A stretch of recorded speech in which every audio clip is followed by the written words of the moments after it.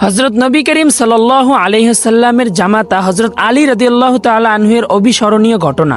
তিনি তখন রাষ্ট্রপ্রধান ছিলেন, মুসলিম বিশ্বের অধিপতি। হযরত আলীর একটি লৌহবর্ম হারিয়ে যায়, পান একজন ইহুদি, তাও সেই ইহুদি কুফার বাজারে লৌহবর্মটি বিক্রি করছে। হযরত আলী রাদিয়াল্লাহু তাআলা আনহু নিজের লৌহবর্ম বিক্রি করতে দেখে ইহুদিকে বললেন, এই লৌহবর্মটি তো আমার, আমি এটা কারো কাছে বেচিও নি, কাউকে দানও করিনি।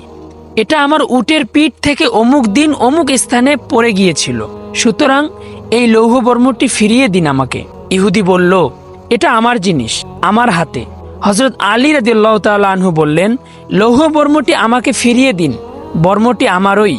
ইহুদির সঙ্গে রাজ্য প্রধানের তর্কে সমাধান হচ্ছে না। হযরত আলী রাদিয়াল্লাহু তাআলা আনহু বললেন, চলো তাহলে বিচারপতির আদালতে, আইনি লড়াইয়ে সমাধান করে আসি। উভয়ে মাদিনার বিচারপতি হযরত সুরাইহ রাদিয়াল্লাহু তাআলা আনহু এর আদালতে হাজির হলেন। হযরত আলী রাদিয়াল্লাহু তাআলা আনহুকে বিচারপতি জিজ্ঞাসা করলেন, আমিরুল মুমিনিন, আপনার বক্তব্য কি? তিনি বললেন, তার কাছে যে বর্মটি দেখতে পাচ্ছেন সেটা আমার, এটা আমার উটের পিঠ থেকে অমুক দিন অমুক স্থানে পড়ে গিয়েছিল। বিচারপতি হযরত সুরাইহ রাদিয়াল্লাহু তাআলা আনহু ইহুদির কাছে তার বক্তব্য জানতে চান।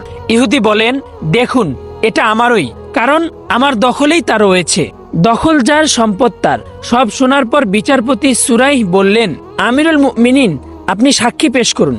হযরত আলী রাদিয়াল্লাহু তাআলা আনহু বললেন, আমার ছেলে হাসান এবং আমার আজাদ করা কৃতদাস কুনবুর সাক্ষী রয়েছে। বিচারপতি হযরত সুরাইহ রাদিয়াল্লাহু তাআলা আনহু বললেন, আমিরুল মুমিনিন, পিতার পক্ষে পুত্রের সাক্ষ্য এবং মনিবের পক্ষে গোলামের সাক্ষ্য গ্রহণযোগ্য নয়। তারপর বিচারপতি হযরত সুরাইহ রাদিয়াল্লাহু তাআলা আনহু ইহুদির পক্ষে রায় দেন। আইনি লড়াই হেরে গেলেন হযরত আলী রাদিয়াল্লাহু তাআলা আনহু, তবে জয় হয়েছে ইসলামের। রায় শুনে তখন ইহুদি বলছেন, আমিরুল মুমিনিন আমাকে আদালতে নিয়ে এলেন, আদালত আপনার বিপক্ষে রায় দিল, অথচ আপনি রাষ্ট্রপ্রধান, 22 লক্ষ বর্গ মাইলের মুসলিম বিশ্বের অধিপতি আপনি। আমি সাক্ষ্য দিচ্ছি ইসলাম সত্য ধর্ম, আমাকে এই সত্য ধর্মের কালিমা পড়িয়ে দিন। অতঃপর হযরত আলী রাদিয়াল্লাহু তাআলা আনহু তাকে কালিমা পড়ালেন। ইহুদি বলল, আমি সাক্ষ্য দিচ্ছি আল্লাহ ছাড়া আর কোনো মাবুদ নেই এবং মুহাম্মদ সাল্লাল্লাহু আলাইহি ওয়াসাল্লাম আল্লাহর বান্দা ও রাসূল।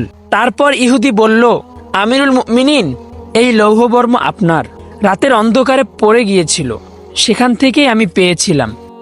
প্রিয় পাঠ্য, এই গল্পের দ্বারা আমরা যা বুঝতে পারি এবং যা শিখতে পারি তার উপর মহান রব্বুল আলামিন যেন আমাদেরকে আমল করার তৌফিক দান করেন। আমিন।